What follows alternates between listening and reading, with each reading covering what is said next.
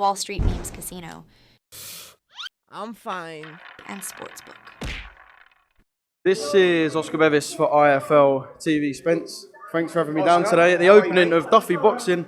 Yeah, it's clean, it's modern, and some champions are going to be built here. Absolutely. Listen, that's the vision. Do you know what I mean? When myself and Johnny Nelson were approached about this, Duffy Boxing Elite Training Centre here in Stratford, a stone throw away from the Olympic Park, we thought, why not, man? Why wouldn't we do that? Kieran Duffy's a former professional boxer himself. He introduced us to a guy called Chris Kenning, who's the backer of it all. And it sort of went from there, really. The idea turned into, like, we had an idea and a dream, really, and a dream turned into the reality of opening this gym, and this is the first of many.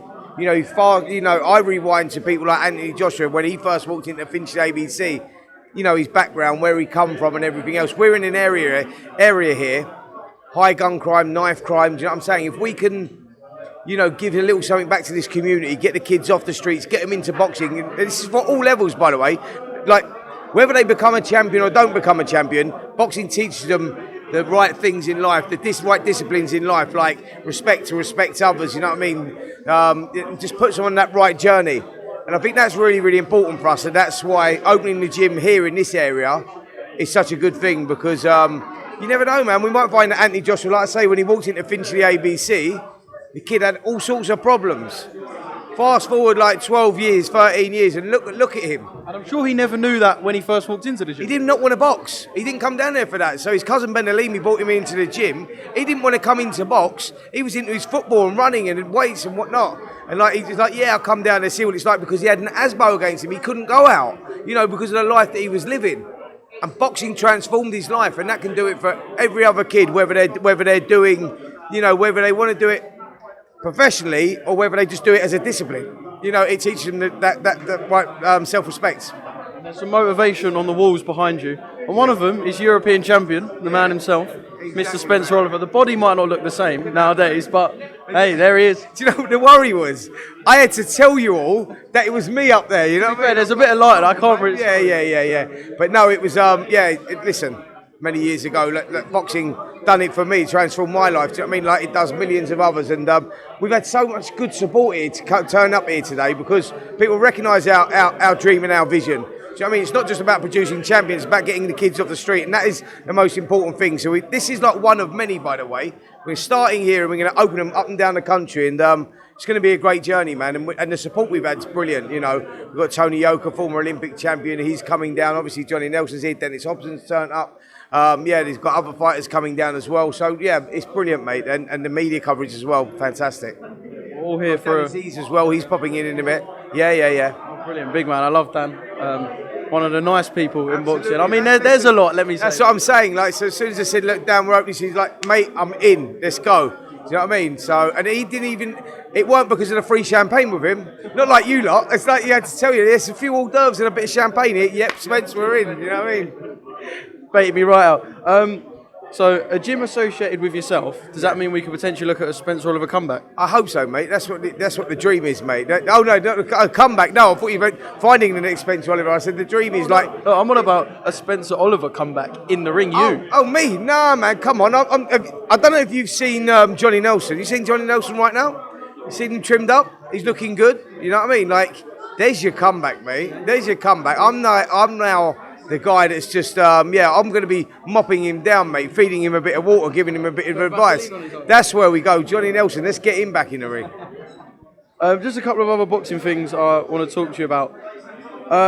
Did you see the return of Dillian Whyte? Managed to watch the fight?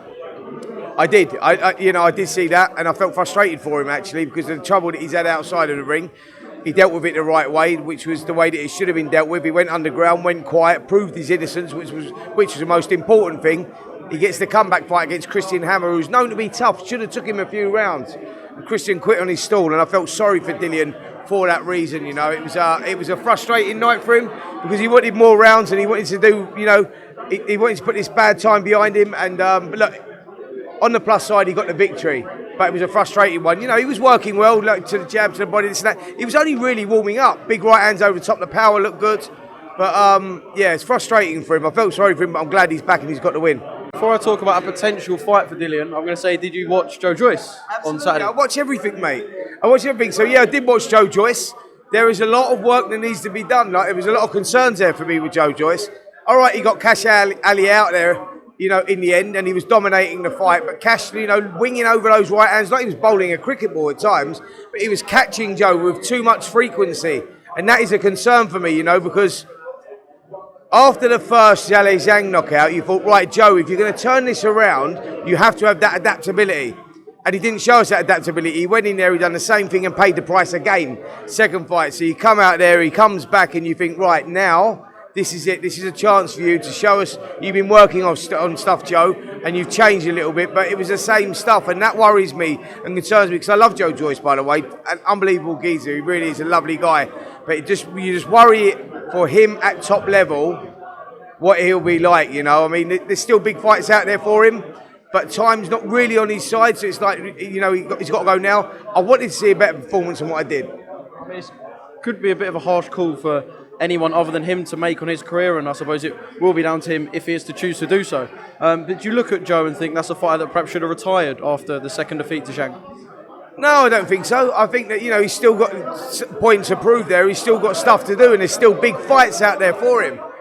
So that's why I wanted to see a better Joe Joyce than the one I saw against Cash Ali. But let's see how he goes again in his next fight. But now he's got to be in one of those big fights. You're talking about Joe Joyce versus Dillian Whyte. They both come off the wins. Get them in there because they're at that stage of their career now. It's not about rebuilding. You've had that one fight. You've got that out of the way. Let's see that one. I think that's a great fight, by the way. Joe Joyce, Dillian Whyte would be fantastic. Out of the two, which one do you think has the ability to go further? I think that, that's a mad question really, because like 12 months ago you was putting Joe Joyce up there, giving him a shot against anyone, including Tyson Fury. Do you know what I mean? When he was on that little roll, Yeah, he was the man to challenge Tyson. He was the man. And then like 2 Zhale Zhang defeats, and that's how quick it turns around. Now you're looking at that, and I'm going, I would probably favour Dillian Whyte over Joe Joyce here, but in a fight going off their last performances. Because Joe didn't look particularly good against Cash Ali. And Dillian, we never really got a chance to see where he is, but he did look heavy-handed and did look, sharp at times. But that's an obvious fight, and I think the winner can kick on, and the loser would have to look at retirement. Spence, just on Ryan Garcia, how are you kind of viewing this from afar? Because I guess on one hand we're waiting for a big fight with Devin Haney, but it's kind of a bit disturbing at times to watch him cry on Instagram Live. And as an ex-professional, how are you kind of viewing this? Listen, Oscar, I know that they've put it to the New York Athletic Commission about what they should be doing with him. Is he stable enough to fight? My answer to that would be no. I don't think that, it's been really concerning watching him on Instagram, watching his posts, his outbursts, his erratic behaviour. Do you know what I mean? We're seeing him smoking on there, drinking on there, and you're thinking, well, is this just for the cameras? Then you're seeing this really weird behaviour, crying and, talking to God, etc. It's too much, man. That kid's not in a mental state to fight someone like Devin Haney. So your answer to that is no. Look, the kid needs help. He's got a history of mental health problems, and he's suffering in some way. Boxing ring is the worst place he should be for that, right? Because God forbid something happened to him in the ring. That would put boxing into disrepute. You're allowing a kid to go in there that's mentally not stable right now. So I feel for him, and I wish him all the best, and I wish he gets better. But he's not in a mental state. He's not in the right mental state of mind right now. And I'd like to see him get help before he continues his boxing. Do you find it a touch puzzling that we're still seeing posts of him doing pads?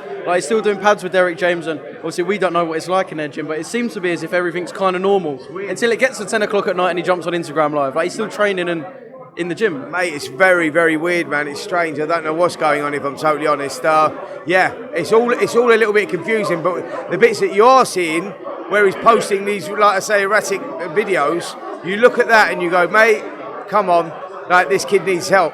Someone, where's the team around him? He needs a little bit of support.